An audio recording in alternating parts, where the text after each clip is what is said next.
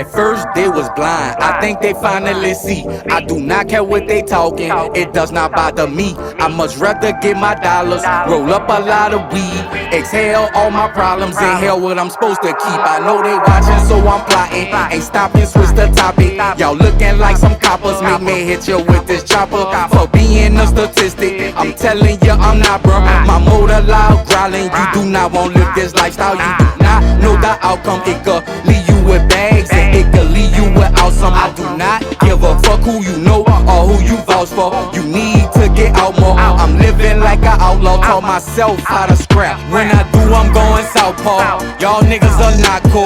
New Orleans and I got more. Reality 5-4. How you doing? This is Vintage Mook, Vintage House. Yeah. Duh, we in here. You heard me, your boy Corey Caesar. You did. The Game Head Podcast. You did. You know what I'm saying? We in here. You did. But yeah, Mook, bro, we been supposed to do this. We actually did this already. Hey, we did. We did this already. We did. Things happen though. You know what I'm saying? Time is about time. Yeah, and then we couldn't get Shout out those Muzz. schedules Muzz together. always, that stuck with me. Muzz tell me that. Like, yeah. You know what I'm saying? Bro.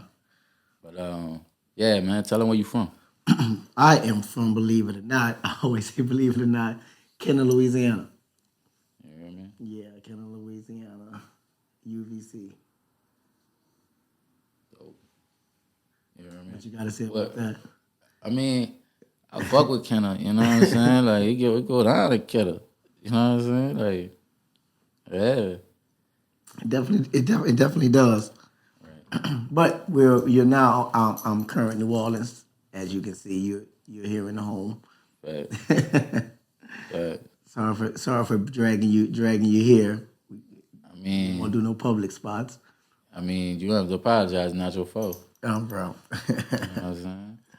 But what motivates you, bro? What motivates me? Oh man, what motivates me is just knowing that the world is just a blank canvas, and I get to draw all over it every day. Whatever goes into my brain, you know what I'm saying. I get to lay it out on the canvas, give it to the world. So that's pretty much my motivation every day. Every day, any ideas that come to the brain, I can give it to the world. Dope. You know. Thanks. You hear me? It's dope, dog. Like, you know what I'm saying? You know what I'm saying? You didn't manage all this, and you know I done seen you do certain shit in the city. You know what I'm saying? Like, you know what I'm saying? Like, how that feel? Like, you know what I'm saying? Coming from New Orleans, and you know what I'm saying? Pushing the culture like that down here. Oh, I mean, pushing the culture is I think maybe is the easy part. I think staying consistent with pushing the culture is the hardest part. You know, understanding your market, understanding the consumer base, the target base in your city. Then being from where we're from, you know, you can definitely throw the towel in pretty quick. You know, once you quote unquote give it your all and see that it doesn't succeed, you can just, you know, move forward to something else. But you know, pushing the culture is a lifestyle. You know, it's an everyday thing. So, you know, it's just in me to do. You know, I've been stopped doing it for some paper. You know what I'm saying? It's just, right. You know, when you are the culture, you're going to push it by everything you do. You know what I'm saying? Dope. You hear me? Like, how you and Raj met, bro? Shout out to Raj. Raj, Smoove, greatest DJ in the world. Yeah. Man, believe it or not, that was just another culture motivating thing on me. I did my internship at 104.5. I don't know if you remember that. I'm sure my age on that one. Right. At 104.5 years, I mean, what, 06, 07. And I used to, I had an internship there. I'm more like bagging,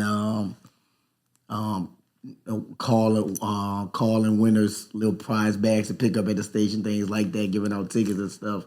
But it was a group of us, but I always sneak down the hall to the studio part of the radio station. You know, that's where Raj used to be at. And you know, I'm young as a mug and just ambition. I just sneaking every time. I actually got fired sneaking in there one too many times. I swear to God, I got fired like a mug. I think Grand Hustle fired me too. Shout out to Grand Hustle. That's cold blooded. But nah, and then I bumped into him at an event later on, maybe a few weeks later, and he was like, man, we was looking for you at the station. He used to call me Lil Kanye. I used to wear this book tag every day, this little Louis Vuitton book tag. And they was like, man, we've been looking for you, boom, boom, boom.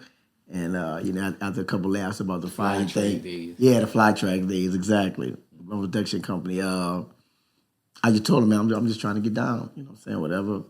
Whatever you got, I'm rolling with it. And from there to now to say, we pretty much partners now, it's amazing. Yeah, it's amazing. Now let's talk about your book. Oh yeah, writing books out here. The Major Laws. Yeah. What you want to know about that thing? Yeah. What chapter we trying to talk about? You dig? I'm fucking with you. You hear me? Nobody makes you stay in the casino. I want to talk about that chapter. I like that chapter. You know what I'm saying? Like, just the concept of it. Like, it resonated with me. Yeah, definitely. That chapter was more of a pointing at people that play victim, and I was one of those people at one point. We all yeah, but it's more like, no one forced you to stay in a casino, meaning no one no one told you to sell drugs and you got 20 years now. No one told you to have unprotected sex, with a million different women, you got a million kids now. No one told you to stay in a toxic relationship. Now you have trust issues. No one told you to, sign those bad contracts. And now you on Twitter trying to get out contracts. Like, no one made you do those things. And it's just pretty much saying we have to start taking self accountability first, big time. Got to take self accountability. And I think once I started doing that for myself, I think I noticed how life changed and for the better, for my own mental mindset. Right. Yeah, definitely. What's one of your favorite chapters out the book? One of my favorite chapters out the book is that's a good one. I believe one of my chapters out the book is once the shit gets bigger than the pet must go. I think that's my favorite chapter, and that's check it out. Yeah, and that's just a chapter of just relationships, knowing when to end relationships. You know what I'm saying? Like, once the shit gets bigger than the damn pet, then you gotta get rid of the pet. You know what I'm saying? Once you have more bad moments in a relationship than good moments, then that relationship may need to, go and pack up and get out of here. And I mean that from spouses, friends, business, and whatever, family members, life period. In that chapter, writing that chapter, actually, this is the first time I ever said this. That's wild. That's crazy. Writing that chapter then till now, the irony of it, I wrote that chapter about a close friend of mine, real close friend of mine. Actually, my kid's godfather. Yeah, and we was having our little moments, we took some time off, of course, but that's been our relationship since kids. We always take time off because it'd be too much sometimes, and he eventually died. Committed suicide. So now I take that chapter as in me thinking I'm teaching other people about expiration dates on relationships. I think now, since I didn't know he was going through that, and me getting rid of the pet, I maybe should have dug deeper before getting rid of the relationship at that moment. You know what I'm saying? Because I've always knew that we will always connect. We always gonna reconnect. That's just what we do. But not knowing the mental state of someone, you never know if you're gonna reconnect with that person. So the irony of that is, he wasn't able, and I actually was writing that chapter because once he read it, I knew he was going to know I was talking about him. He was going to call me, curse me out, and we was going to get the build off it. That's what we do.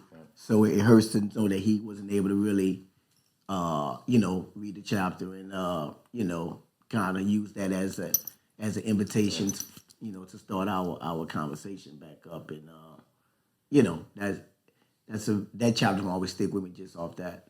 You know what I'm saying? Because it was literally like every chapter is written off a personal situation, and that chapter was definitely R.I.P. legendary. I'm fucking with you because it's like you said, mental. You working on mental issues and traumas that we go through.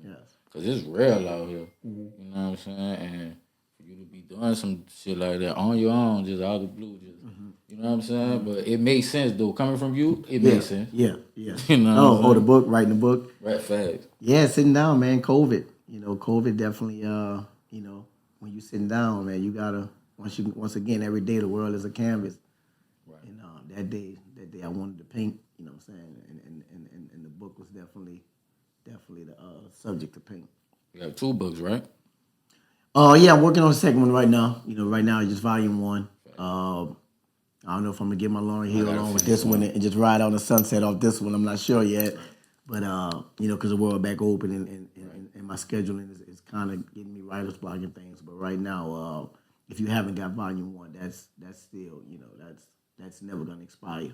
Right. Because mental health and just self-care is here forever. Facts. It's not a trend. Facts. It's a lifestyle. It's a lifestyle. What I'm speaking is not cold. Eastside, CI, been doing this since knee high and Levi's. Elementary ballads in elite size. Look me in my eyes and tell me where is the lie. They wonder why he wild, wonder why he violent, wonder how he profit. Know they wanna be like I'm product of my environment. I be with the game heads, but I be with the G's. I be with the hustlers and I be with the thieves. I be with the game heads, but I be with the G's. I be with the hustlers, we really in them streets. You heard me? I be with the game heads, but I be with the G's. I be with the hustlers and I be with the thieves. I be with the game heads, but I be with the G's. I be with the hustlers, we really in them streets. You heard me?